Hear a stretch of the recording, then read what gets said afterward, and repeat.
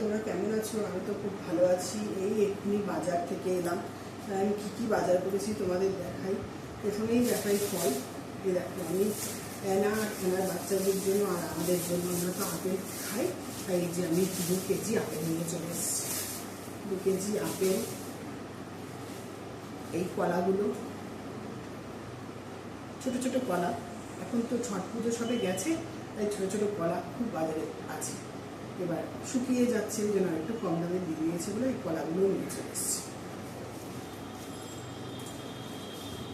তারপরে এই দেখো, আদা তো প্রচুর পরিমাণে আমার রান্নায় লাগে। এক আদা নিয়ে চলে এসেছি, এতগুলো আদা নিয়ে এসেছি। এবারে সবই বেশি বেশি হয়েছে। লঙ্কা প্রচুর পরিমাণে খাইবে, এতটা লঙ্কা নিয়ে চলে এসেছি। প্রায় 300 গ্রাম লঙ্কা নিয়ে চলে এসেছি। লঙ্কা তো ঝাল হচ্ছেই না। আর এনেছি শসা। শসাটাও আমাদের লাগে, খাই ভালো। শসা নিয়ে চলে এসেছি।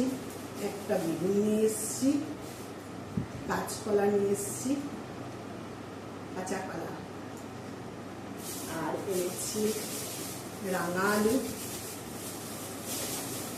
এনাদের খাবারে রাঙা আলু দিতে হয়, আমার পেট তার বাচ্চাদের খাবারে যে রাঙা আলু, কুমড়ো আর গাজর আমার প্রায়ই কিনতে হয়। গাজরটা ঘরে আছে আগের আনা, সেই জন্য গাজর নিইনি। আর কুমড়ো আছে, তাও এই কুমড়োটা এত ভালো দেখলাম যে এই কুমড়োটা নিয়ে নিলাম। কুমড়ো ঘরে কিন্তু অনেক আছে, তাও আমি এই কুমড়োটা যে কেন নিয়েছি জানো? এই দেখো, সবুজ শিরা।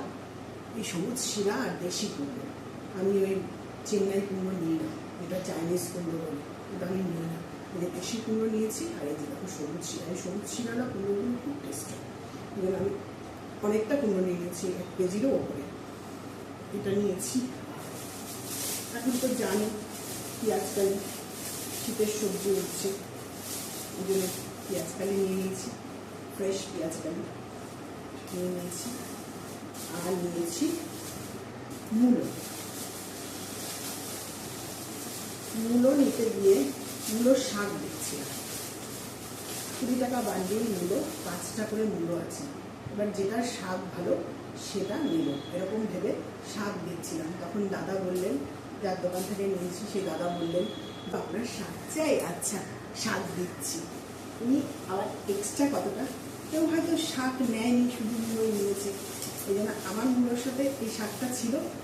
উনি আবার আমার মূলোর শাকটা যে ছিঁড়ে দিয়েছেন, এনে ছিঁড়ে আমার এখানে দিয়ে দিয়েছেন আলাদা হবে। আবার অন্য কেউ হয়তো নেয়নি, সেই শাকটা আমাকে দিয়ে দিয়েছে।